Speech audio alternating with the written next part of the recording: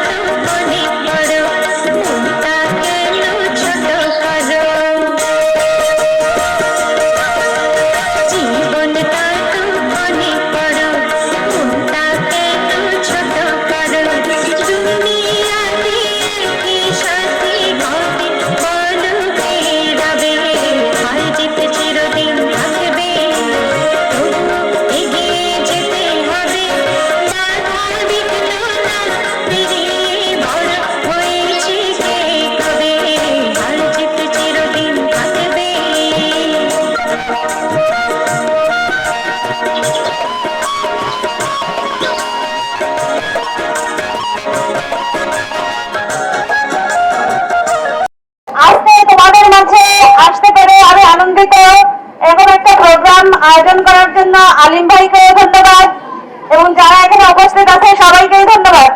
তোমরা এই অনুষ্ঠানে অংশগ্রহণ করতে পেরে খুশি হয়েছে তো? আমার এই সীমিত অল্প কিছুক্ষণের কথা দিয়ে তোমাদের মাঝ থেকে বিদায় নিচ্ছি। সবাইকে ধন্যবাদ।